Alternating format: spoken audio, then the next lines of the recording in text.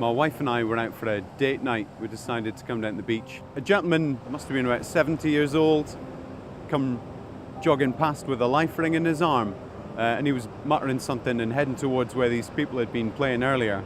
I could see that it looked like there were 3-4 people in the water at the time, so I sprinted down.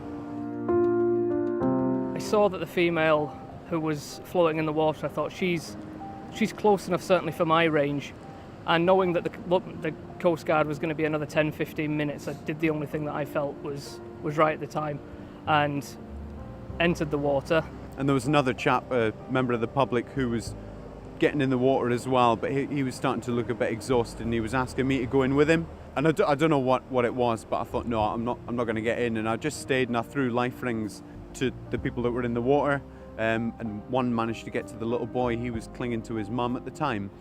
So I managed to get him in the life ring and pull him up the side. Managed to get to the female, get her out of the water with assistance of about 6 or 7 colleagues. Managed to get her off to the side. There was no mention of another little boy at this time. It just seemed to be that it was him and his mum.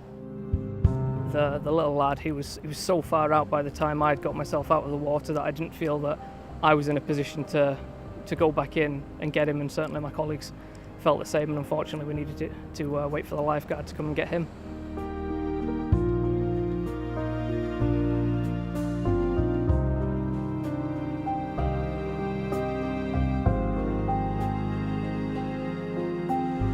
Certainly very proud, and I never did it with the intention of any kind of reward. It was just out doing what I felt was my duty as a police officer.